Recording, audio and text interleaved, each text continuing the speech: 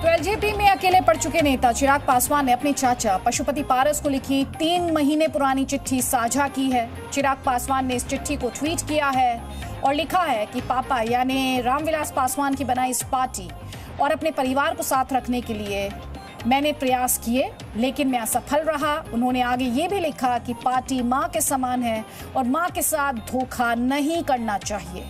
साथ ही उन्होंने ये भी कहा कि लोकतंत्र में जनता सर्वोपरि है। तो आपने कई बार पार्टी तोड़ने की कोशिश की, पापा के जिंदा रहते हुए भी पार्टी तोड़ने की कोशिश की। ये चिराग पासवान की चिट्ठी हम आपके सामने रख रहे हैं। मुश्किल दौर में आपने मेरा मार्गदर्शन नहीं किया, संगठन पर आपने हमेशा सुझाव देने से मना किया। चिराग पासवान द्वारा पशुपति पारस को लिखी गई चिट्ठी, जो कि उनके चाचा हैं, ये आज सोशल मीडिया पर शेयर की गई है।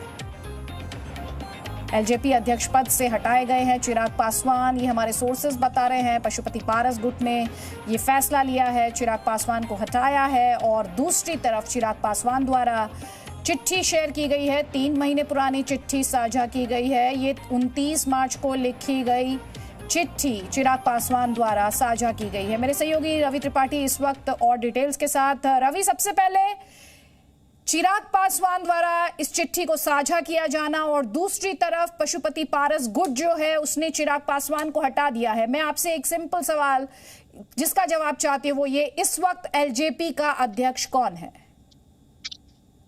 देखिए, अगर बात करें तो अभी भी अध्यक्ष चिराग पासवान ही है। चिराग पासवान, क्योंकि टेक्निकल सारी चीजें होती है, कार्यकारिणी की बैठक बुलाई जानी होती है और कार्यकारिणी की बैठक बुलाकर उसमें फैसला होता है कि नया अध्यक्ष कौन होता है। और इसमें 2-3 दिन का वक्त लग सकता था। शायद इसी वजह से आज तमाम सांसदों को जाना था वहां पे, पटना जाकर पटना बैठक बुलाई जाती। परसों शायद ये कार्यक्रम रखा गया, परसों बैठक बुलाई गई है, परसों पटना में सर्वसम्मति से अध्यक्ष चुना जाएगा। लेकिन फिलहाल कार्यकारी अध्यक्ष सूरजभान को बनाया गया है, इनको अध्यक्ष पद से हटा दिया गया है चिराग पासवान को। तो ये मान के चलिए कि दोनों का दावा अभी हो सकता है। अभी चिराग पासवान अध्यक्ष हैं, इनकी तरफ से अगर दावा माना जाए, ये लीगल मैटर, ये कानूनी दाव पेच में मामला फंस जाएगा अगर उस तरह से जाया जाए।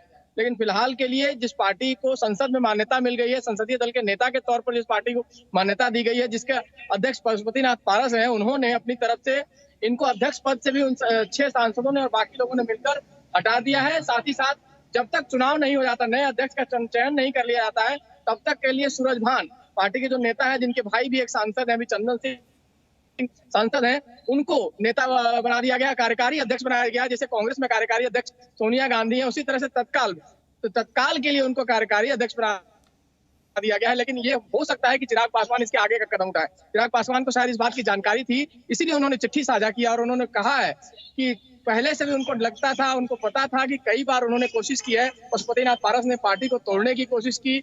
साथ ही साथ उन्होंने तमाम सारे आरोप लगाए कि उन्होंने जो पापा के निधन, रामविलास पासवान के देहांत के बाद से उनका एटीट्यूड बदला, उसके बाद उन्होंने बातचीत बंद करनी शुरू कर दी, बातचीत भी उनसे करना बंद कर दिया। इसके अलावा उनके 13वीं में 25 लाख रुपए उनकी मां से लिए गए उस पर खर्च करने के लिए, तो इस बात का उनको तकलीफ है। इसके अलावा प्रिंस राज जो उनके भाई हैं, उन पर बीच में सेक्सुअल हैरेसमेंट का केस आया, उस दौरान में भी उन्होंने कहीं ना कहीं उनके परिवार के साथ खड़े रहे, भाइयों को साथ लेने की चलने की कोशिश की। तो तमाम सारी बातें उन्होंने अपनी बताई है कि हमने क्या कोशिश की। सवाल ये भी है कि 29 मार्च को लिखी गई चिट्ठी अब चिराग पासवान ने शेयर की है, लेकिन बड़ा सवाल ये है, चिराग पासवान दरअसल एड्रेस किसे कर रहे हैं? वो अपनी पार्टी के कार्यकर्ताओं को एड्रेस कर रहे हैं, वो आम पब्लिक को एड्रेस कर रहे हैं, वो दूसरे राजनीतिक दलों को मैसेज देने की कोशिश कर रहे हैं। इस चिट्ठी के पीछे वो जाहिर तौर पर अपने चाचा को कटघरे में खड़ा कर रहे हैं, लेकिन वो एड्रेस किसे कर रहे हैं? नहीं, बिल्कुल जाहिर सी बात है कि वो चिट्ठी उस समय लिखी गई है पशुपति कुमार पारस को, लेकिन आज की डेट में वो बताना चाह रहे हैं कि पहले से ये मतभेद था, लेकिन उसको उनके पापा ने इस बात को दबाए रखा, न चाहते हुए भी उनको मंत्री बनाया। ये सारी चीजें देखिए, अब चिराग पासवान इसका मतलब लड़ाई लड़ने के मूड में है। पहले कल तक ये लग रहा था कि शायद हो सकता है कि वो परिवार के साथ मिलकर कुछ उन्हीं के साथ चले, फिलहाल अब आगे कोई बाद में कदम उठाए। लेकिन इस कदम से ये पता चल गया है कि उन्होंने मोर्चा खोल दिया, अपनी बात जो भी उनके मन में थी, जो शिकायतें थी चाचा को लेकर, जो गलतियां थी चाचा की, उसको उन्होंने जग जाहिर कर दिया, पब्लिक में रख दिया है। अब डिसीजन पब्लिक को लेना है। देखिए, बिहार की जनता में जो इमोशनल सपोर्ट उनको मिला था उनके फादर के देहांत के बाद से, और पासवान, रामविलास पासवान नेता पशुपतिनाथ पारस नहीं है। मैंने ऑर्गेनाइजर हैं, वो संगठन को वहां संभालते थे, चलाते थे, लेकिन नेता तो रामविलास पासवान ही थे। और रामविलास पासवान ने अपने बेटे को वारिस बनाया था। वैसी स्थिति में अभी चुनाव फिलहाल है नहीं, तो चुनाव फिलहाल नहीं है, इसलिए ऐसी कोई जल्दबाजी नहीं है, ऐसी कोई मारामारी नहीं है। लेकिन चिराग पासवान अब अकेले दम पर ये लड़ाई लड़ने वाले हैं, ये मैसेज जा रहा है और अपने चाचा को बदनाम करने की, चाचा की जो कमियां हैं उसको उजागर करने की पूरी कोशिश करेंगे और तमाम वो मुद्दे, तमाम वो कमियां, तमाम वो गलतियां वो गिनाएंगे जिसमें चाचा ने क्या क्या गलतियां की हैं। जिस तरह से उनके देहांत के बाद भी उन्होंने 25 लाख रुपए लिए उनके अंतिम संस्कार के कार्यक्रम के लिए, जिस तरह से उन्होंने बातचीत करना बंद कर दिया चिराग पासवान से, जिस तरह से उनको क्या क्या उनको फेवर किया उनके फादर ने, वो सारी चीज गिनाने। हालांकि आमतौर पे होता है, देखिए घर में भी कोई लड़ाई होती है, आपके अपने दोस्तों से भी लड़ाई होती है, तो जब लड़ाई हो जाती है तो उनकी सारी कमियां आप गिनाना शुरू कर देते हैं।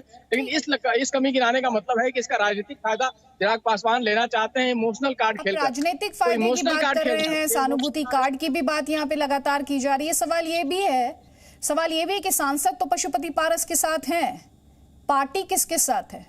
पशुपति पारस के साथ है या चिराग पासवान के साथ है? देखिए ये तो तस्वीर साफ हो गई कि सारे सांसद जो हैं चिराग पासवान को छोड़कर सभी 6 के 6 सांसद चाचा के साथ हैं। और चाचा के साथ इसलिए है कि नीतीश कुमार की ये चाल है। कल से देखिए तस्वीर बिल्कुल साफ है कि सब कुछ नीतीश कुमार ने इसलिए किया कि उनको बदला लेना था। चिराग पासवान ने जिस तरह से बिहार चुनाव में नीतीश कुमार के खिलाफ खुलकर हमला बोला, उनको हराने की बात की, उनको जेल भेजने तक की बात की, और कहीं ना कहीं ऐसा मैसेज जा रहा था कि वो बीजेपी के साठगांठ से ये सब काम हो रहा है, क्योंकि इसका फायदा बीजेपी को हुआ। बीजेपी नंबर 2 की पार्टी हो गई, नंबर 3 की पार्टी जेडीयू बिहार में हो गई। इस बात का नीतीश कुमार को मलाल था और नीतीश कुमार की पार्टी ये सब कुछ में शामिल है। इसका उदाहरण है कि ललन सिंह लगातार कल भी बैठक में देखे जा रहे थे, सांसदों की जो बैठक हुई एलजेपी के उसमें देखे जा रहे थे। आज जब बिहार जाने की बात आई तो ये हुआ कि ललन सिंह भी उनके साथ जाएंगे। तो कहीं ना कहीं नीतीश कुमार ने इस पार्टी को तोड़ने का काम किया है। उनके परिवार का जो आंतरिक कलह था उसका फायदा उठाया है। अब ये देखना है कि सारे सांसद और उनका पूरा परिवार इनको छोड़ के जा चुका है, तो क्या चिराग पासवान सिर्फ उस चिट्ठी से काम चलाएंगे, एक मैसेजिंग करेंगे, या प्रेस कॉन्फ्रेंस करके बताएंगे कि वो अब एकला चले के नारा पर चलेंगे? अब एकला चलना पड़ेगा उनको अकेले, क्योंकि उनके साथ पूरी पार्टी खत्म हो गई। पूरे सारे सांसद उनके साथ से चले गए, एक भी विधायक उनकी पार्टी के पास नहीं है। जो कार्यकारिणी के भी नेता होंगे तो बिहार में एक मान के चलिए कि संगठन पूरा एक तरह से था, पशुपतिनाथ पारस के हाथ में था, तो संगठन में उनके साथ होगा। तो अब इनको एक नए सिरे से लड़ाई लड़नी पड़ेगी। मैं सुबह से कह रहा हूँ कि जगन मोहन रेड्डी से इनको सीख लेनी पड़ेगी। अगर लड़ाई लड़नी है जमीन पे तो इनको उस हिसाब से चलना पड़ेगा कि कांग्रेस पार्टी ने पूरी तरह से उनको दरकिनार कर दिया था। सारे सांसद विधायक उनसे हटा लिए गए थे, लेकिन जगन ने फैसला किया कि मुझे अकेले लड़ना है और आगे बढ़ना है, और उसके बाद उनको परिणाम मिला।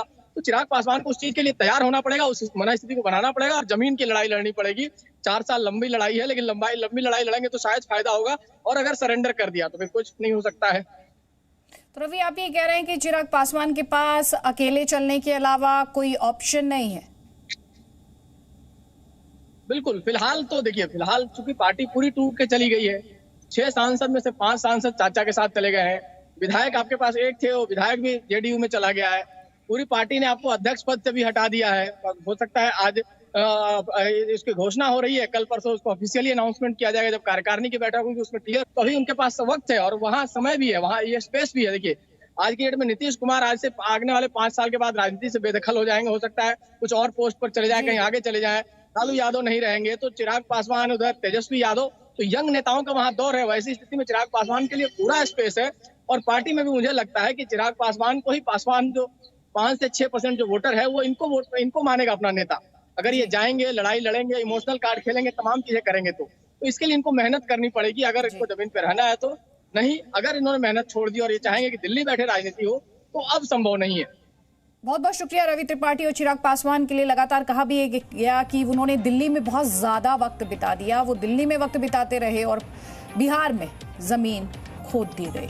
ये चिट्ठी जो चिराग पासवान द्वारा शेयर की गई है, आपने कई बार पार्टी तोड़ने की कोशिश की, पापा के यानी रामविलास पासवान के जिंदा रहते हुए भी पार्टी तोड़ने की कोशिश, मुश्किल दौर में मेरा मार्गदर्शन। Presenting B News app available on Google Play and App Store. Download it now.